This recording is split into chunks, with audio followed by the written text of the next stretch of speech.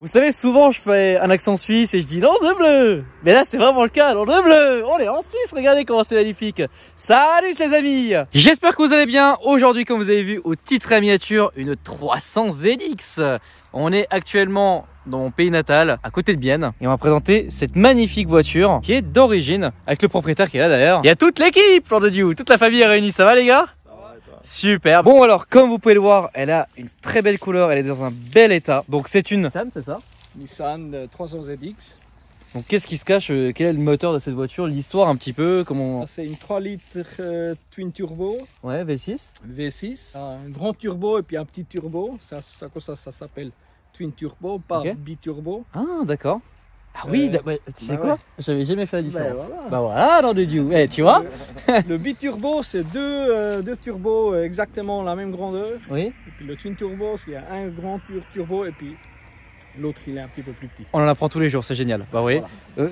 Quoi qu'il arrive, c'était ta première voiture aussi. Oui. Quand j'avais 18 ans, ben voilà, c'était une de ma première voiture. Puis je l'ai roulée 8 ans. Ouais. Après 8 ans, je sais pas pourquoi je l'ai vendue. Oui. Mais avec 40 ans, ça m'a repris de nouveau. La case de la quarantaine et voilà. J'ai acheté une voiture comme à l'époque. Génial. D'origine, c'est 283. D'accord. Le poids vide, c'est 1600. D'accord. Et puis, qu'est-ce qu'il y a là-dessus, sur cette voiture? Bah des phares de Lambo déjà. Les phares de Lambo. Non, c'est Lambo qui a les phares de la Nissan. C'est vrai. Donc il faut savoir que la Murcielago Phase 2 du coup a utilisé ces phares là. Ouais. Ces phares là les amis, vous allez de toute façon les retrouver dans une prochaine vidéo que j'ai filmée à Dubaï justement. Et on peut voir, donc c'est un propriétaire qui a... On a deux Diablo. Oui bah voilà, écoutez. Et donc du coup vous allez voir ces deux phares comme ça. Là il a été désiglé à l'avant, donc le signe a été enlevé. Oui. Normalement il y a le signe justement. Ouais. Toi t'as fait les jantes, c'est toi qui as changé? Moi j'ai acheté la voiture comme ça. Oui. Les jantes ils étaient déjà là-dessus. Oui. Et puis moi qu'est-ce que j'ai fait? J'ai rabaissé. Ah oui. Alors c'est un moteur vachement grand et complet. C'est pas comme les nouveaux voitures. Ah Ben, oui. ça en carbone, ça c'est pas d'origine.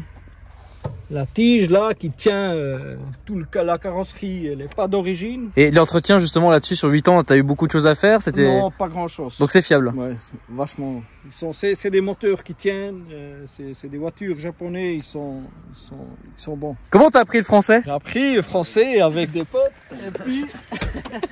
Je peux le dire? Oui, bien sûr, je peux. J'avais une copine, elle parlait que français alors. Ouais. Hein? Le seul truc que je voulais de elle, c'était.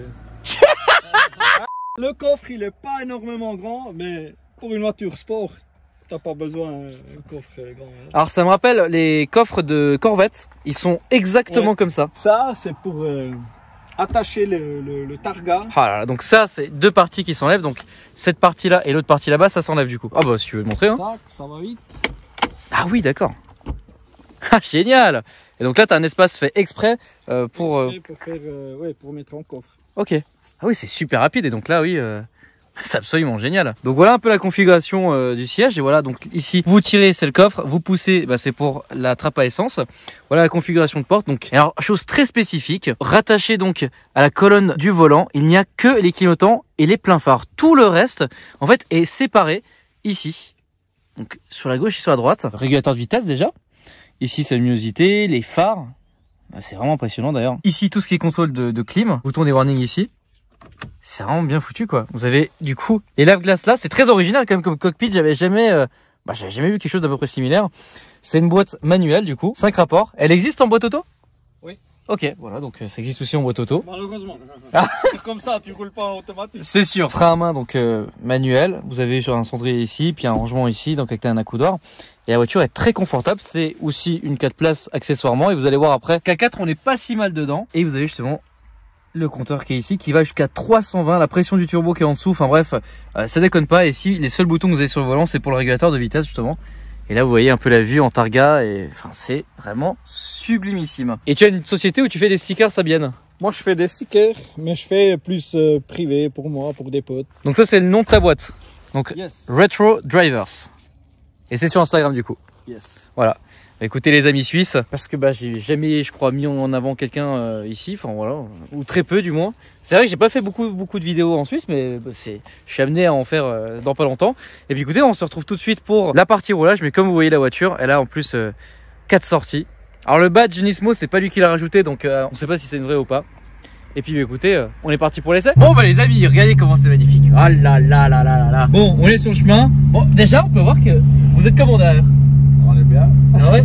En fait, ce qui est sympa, c'est que la lunette arrière, du coup, vous avez de la place au niveau de la tête par rapport à ça. Ouais. Voilà. Quand t'avais 18 ans, ta première voiture, c'était ça. C'était ça. Non, Dieu, moi c'était une Twingo.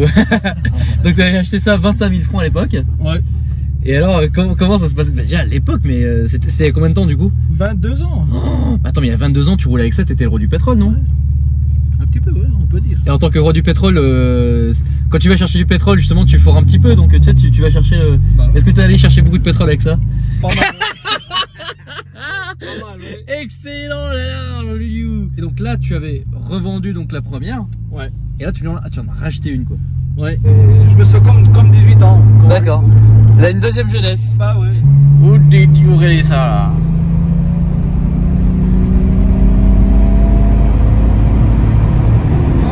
Oh, les turbos, comment on les entend?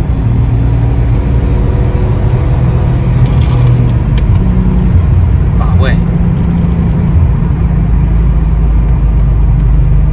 Tu me disais avant, c'est une voiture qui se prépare extrêmement bien. Donc là, elle est d'origine, elle fait à peu près 300 chevaux, c'est ça? Ouais, presque, ouais.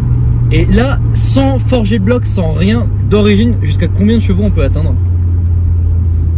Je dirais on peut rajouter sûrement 20%.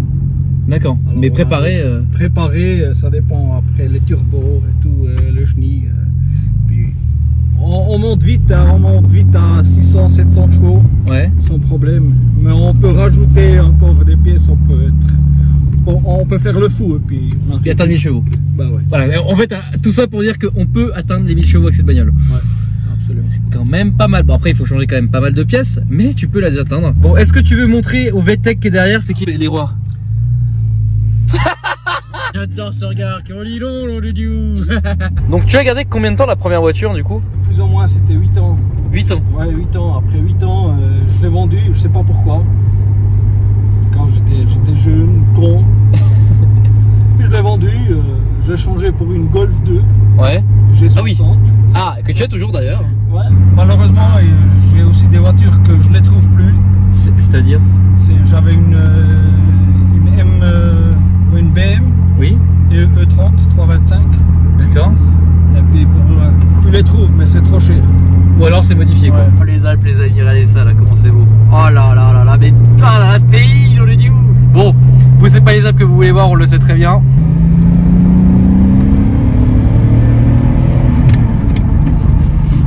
Moi je suis très curieux de voir le turbo quand t'es à fond ce que ça donne. Parce que là du coup c'est quelle transmission ici? Transmission arrière. Ouais. Les années 90 à l'époque. Le Nissan, c'était une des premières voitures qu'ils ont fait que quand tu roules, il y a même les roues derrière Les roues directionnelles à l'arrière? qui viennent avec. D'accord. On parle de 1990. Hein. Oui.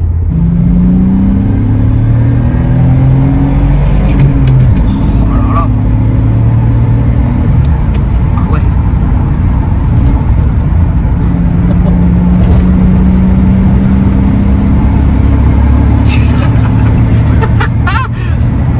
La vache, comment ça envoie?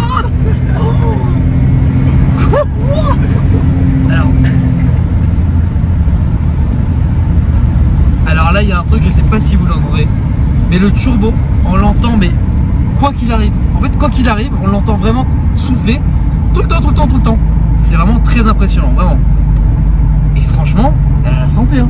Là elle est 100% d'origine, il n'y a même pas de ligne, il n'y a rien dessus. Écoute, franchement un grand merci.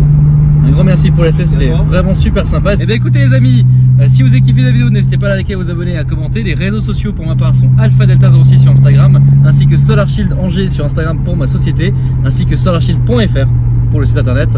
On fait des vitres anti-effraction et teintées pour les bagnoles. Alors, ici, d'ailleurs elle n'est pas teintée celle-ci. Bientôt une antenne en Suisse. Bon les amis, salut.